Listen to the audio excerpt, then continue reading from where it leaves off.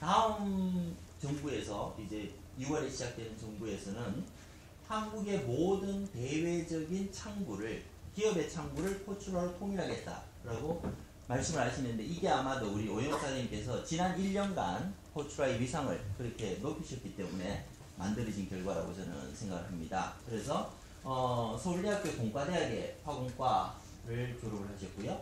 버지니아 텍 주립대학의 경제학 석사를 하시고 경희대학교에서 경제학 박사학위를 받으셨고요. 순천향대학교에서 명예경영학 박사를 받으셨습니다. 경영하고 경제학을 아주 그 박사를 가지고 계십니다. 그래서 또 우리 오영호 사장님은 개인적으로 제가 평가를 할 때는 통상과 산업 두 분야를 완전히 이해하고 계시는 한국에 몇 분 안 되시는 분이에요. 보통 이제 산업 정책이나 산업 개발만을 이렇게 생각을 하실 수 있고 또 무역을 하시는 분들, 외교를 하시는 분들은 또 바깥쪽에만 밝으시지만 두 분야의 아주 균형적인 그 시각을 가지고 있는 분이라고 제가 감히 평가를 드리는 분입니다. 그래서 오늘 어렵게 이제 시간을 내주신 오영호 사장님을 모시고 우리 중국의 경제, 시진핑과의 우리 미래의 한국 모습은 어떻게 발전해야 되는지를 들어보도록 하겠습니다. 큰 박수로 모시겠습니다. 고맙습니다. 이렇게 저희 별 볼 일 없는 사람을 이렇게 초청해 주셔서 우리 서진영 원장님께 감사드리고요. 또 이 나비의 노소영 원장님께 감사드립니다. 자, 그러면 Made with China는 어떻게 해서 만들어질까요? 이게 이제 제 드리는 우리의 숙제입니다. 뭐냐면요. 첫 번째로 이 중국의 중앙정부와 지방정부의 경제 정책, 규제 정책이 1년에 한 2만 건 정도가 많이 바뀝니다.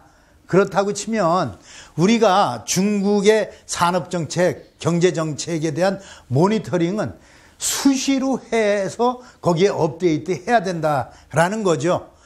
옛날 우리 누가 중국에 들어가서 떼돈을 벌었다고 생각하는 그 시대는 갔다는 얘기입니다. 두 번째로 우리 한류가 중국에 상당히 많이 들어가 있고 아주 인기가 있고 그럽니다. 그런데 저는 그 점에 대해서 좀 걱정하는 부분이 있어요.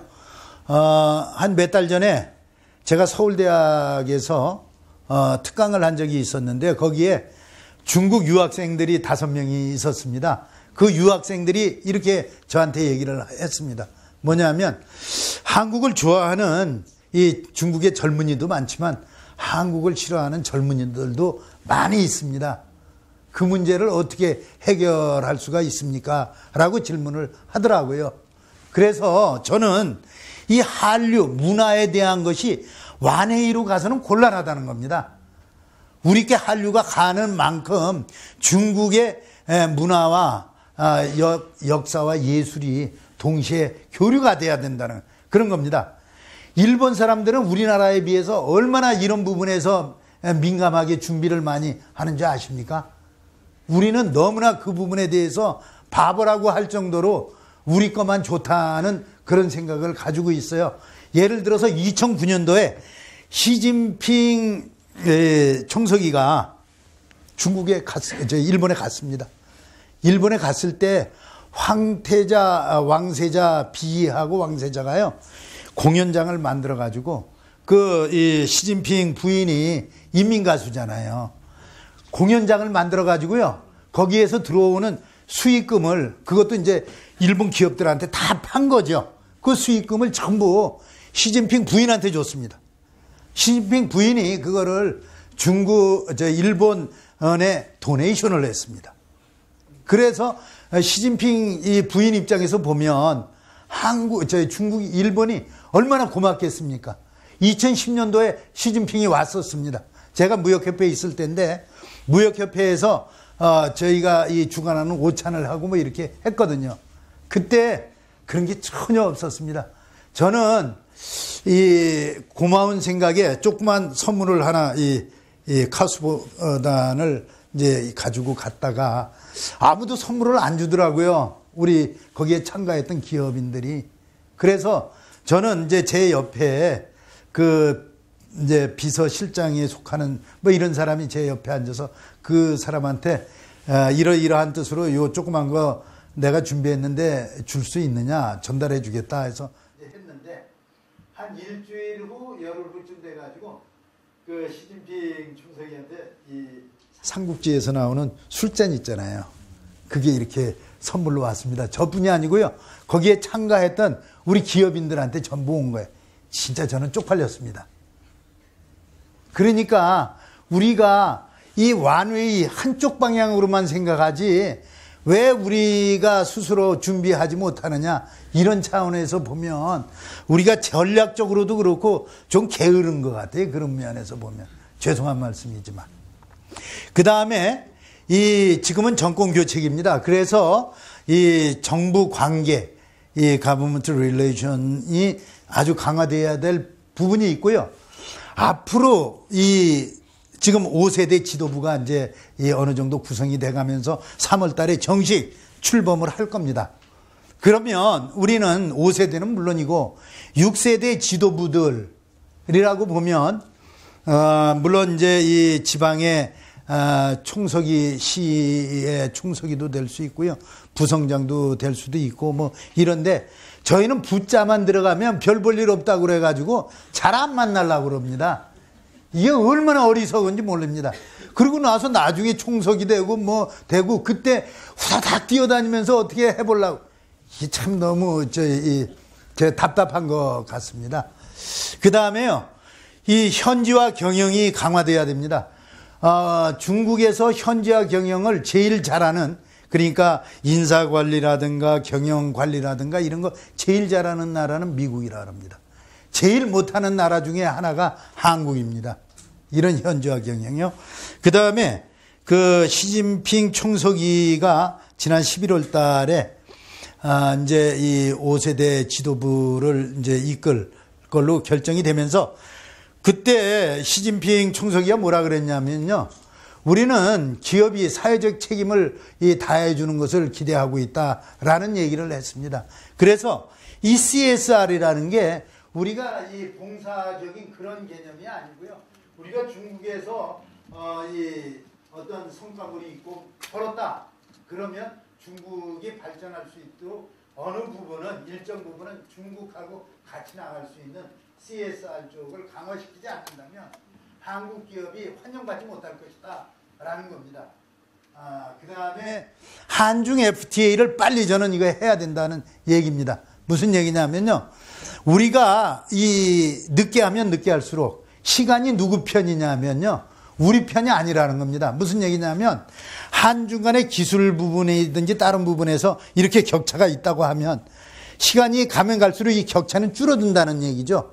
한국의 이 중국에 대한 레버러지로 쓸 수 있는 것이 좁아진다는 겁니다. 입지가. 우리가 갖고 있을 카드가 작아진다는 거죠.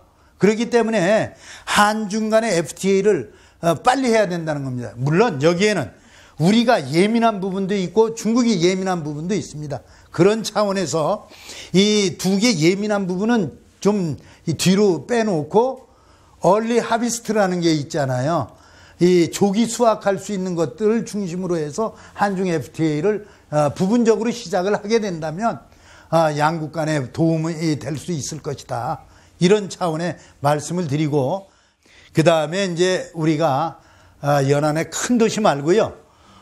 이 성도에 해당하는 2섬, 3선의 도시에 우리가 나아갈 필요가 있다. 이런 말씀을 드리겠습니다. 혹시 아케이지 이거 아시는 분 계십니까? 아실 거냐? 모릅니까? 모릅니까? 그러세요? 아니, 이게 제 애들 아는 겁니다. 애들. 이게요, 여러 사람이 들어가 갖고 이 게임을 하는 겁니다. 그런데 제가 말씀드리고자 하는 거는 이게 코엑스몰에 가면 이 선정 광고가 이렇게 있고 버스에도 선정 광고가 들어가 있습니다. 유심히 보시면 있는데요.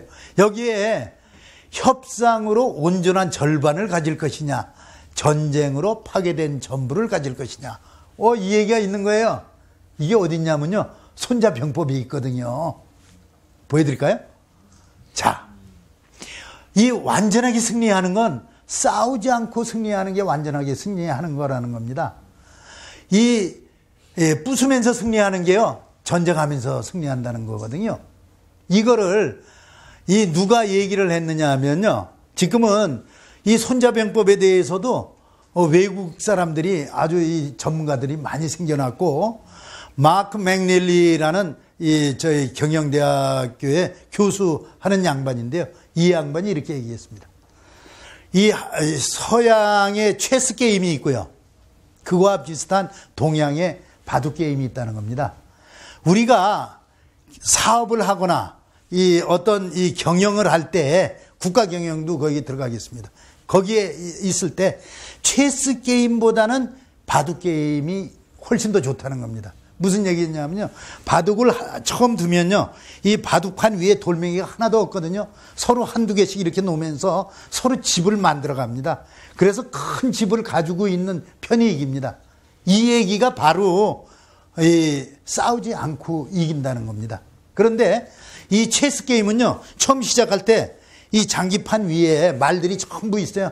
그래서 말을 잡아먹고 막 이렇게 해가지고 나중에 몇 개 없는 그 상황에서 이긴다 이겁니다. 그래서 제가 말씀드리는 거는, 우리가 서로 살아나가는데 같이 살아나가는 방법을 찾아야지, 그렇지 않고 중국 커다란 나라다, 너무 살아나가려니까 겁난다, 스트레스가 있다. 한번 이런 얘기가 있었습니다. 알빈 토플러가 미래학자죠. 그 양반이 한국에 왔었습니다. 그때 인터뷰한 양반이, 우리는 중국의 그 가격 경쟁력에 치이고요, 일본의 기술 경쟁력에 치여가지고 우린 못 살겠습니다. 어떻게 하면 좋을까요? 그랬더니 알빈 토플러가, 그럼 이사하세요. 아주 역설적인 말입니다. 할 방법이 없는데 왜 그럼 회피적이고 부정적인 생각을 하느냐 이거죠. 거기에서 우리 살아나가는 방법은 분명히 있을 것이고, 그거의 하나가 이 바둑 게임이다. 이런 말씀으로 제 말씀 마치겠습니다. 한 5분, 10분 더 간 것 같습니다. 예, 고맙습니다.